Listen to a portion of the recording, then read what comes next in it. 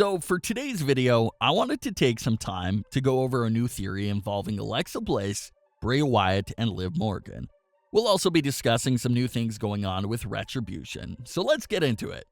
Earlier this year, we were pumping out a lot of theories, and the most popular ones were the Sister Abigail theory, which we talked about how the Fiend could use a right-hand woman to really be one in control of his power. And we're seeing that right now with the Alexa Bliss story. The other popular random theory we made earlier this year was for a tag team between Alexa Bliss and Liv Morgan. It was a fun storyline idea where we discussed Alexa and Liv teaming up to capture the women's tag team title. But after Liv gets pinned and loses the titles for both of them, Alexa selfishly turns her attention to the Raw women's title and has Liv Morgan assist her in winning it, only for Liv Morgan to turn on Alexa and challenge her for the Raw women's title. It was a fun theory. Those two theories are still up if you want to check them out. But for today's new theory, I basically wanted to combine both of those theories. We remember the summer of Liv Morgan and the 700 Liv Morgan Bray Wyatt theories that people were talking about every day. So through those fans' theories alone, Liv sort of had a connection to Bray Wyatt. Everyone believed that we were getting Liv Morgan's big return through the Firefly Funhouse with a complete makeover to her look. But instead, we had her return for a useless wedding in a useless storyline. But we won't go there right now. That's a story for another day. I do feel like the way her return was handled sort of destroyed that hype that she had built up over the summer.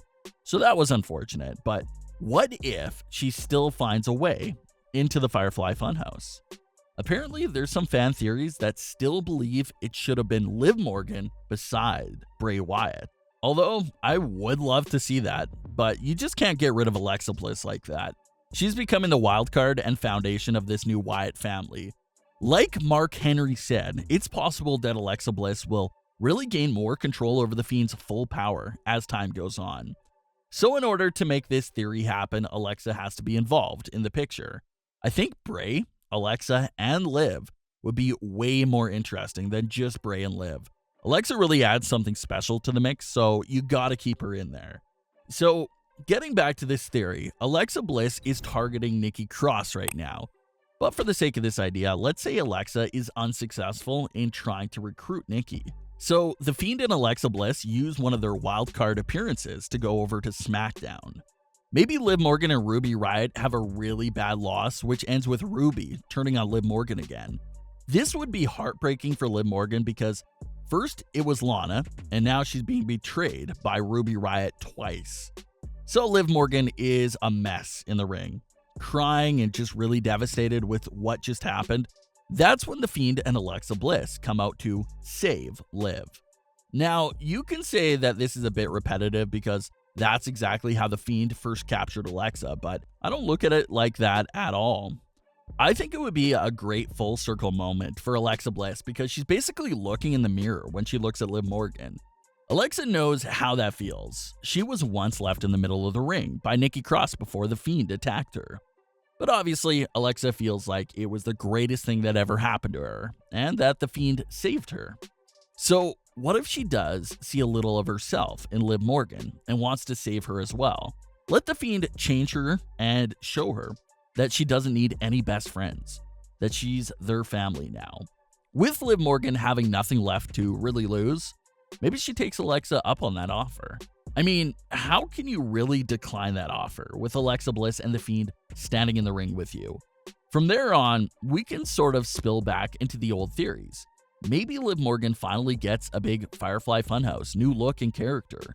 Maybe Alexa Bliss and Liv Morgan are all happy and jolly in the Firefly Funhouse. But when they come out to the ring, you don't want to see them at all because that's how much of a threat they are. Then, they can obviously go on to win the women's tag team titles quite easily. And who knows, maybe Bray Wyatt wins the singles title as well, so that they all have gold. I still think the new Wyatt family needs at least one male superstar as well, so it'll be perfectly balanced with 2 men and 2 women. Could Randy Orton be the other male? Even though he's been a part of the family in the years past, I can't really see Orton appearing in the Firefly Funhouse and acting like that. But I could see Liv Morgan and Alexa Bliss creating this huge sister-like bond in the Firefly Funhouse. It's just something to consider. WWE obviously hasn't done anything with Liv Morgan at all since her return, so it's not too late to turn this thing around and bring back the Bray Wyatt and Liv Morgan theories, especially since you have Alexa Bliss there now to serve as the big sister to Liv Morgan. But you let us know if you like that theory there, and if not, who else should The Fiend and Alexa Bliss recruit? I know the community is still all split on how they feel about Retribution, but Retribution just has a lot of great story-related things happening this week that I think really connected old storylines perfectly. So let's get into that. So Retribution's role this week was to focus their attack on Tucker, but why Tucker? Well, this connects and relates back to the Smackdown Hacker, which we now know was Ali. The Smackdown Hacker was against people backstabbing their best friends and doing things behind their back.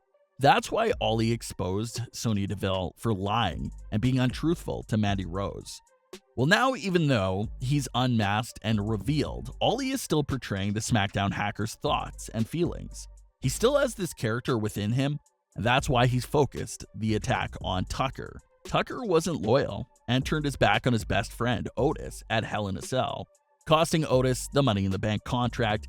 That wasn't right, so Retribution came in to set him straight. I really love that moment because of the connection to the Smackdown Hacker storyline, and it shows that Retribution doesn't discriminate between babyface and heel.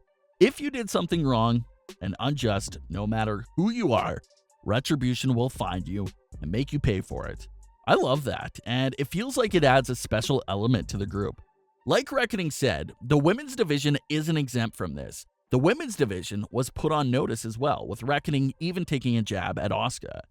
Ali also did a brilliant promo on the Smackdown Hacker's Twitter. He gave a full backstory to the ridiculous names and masks for the group.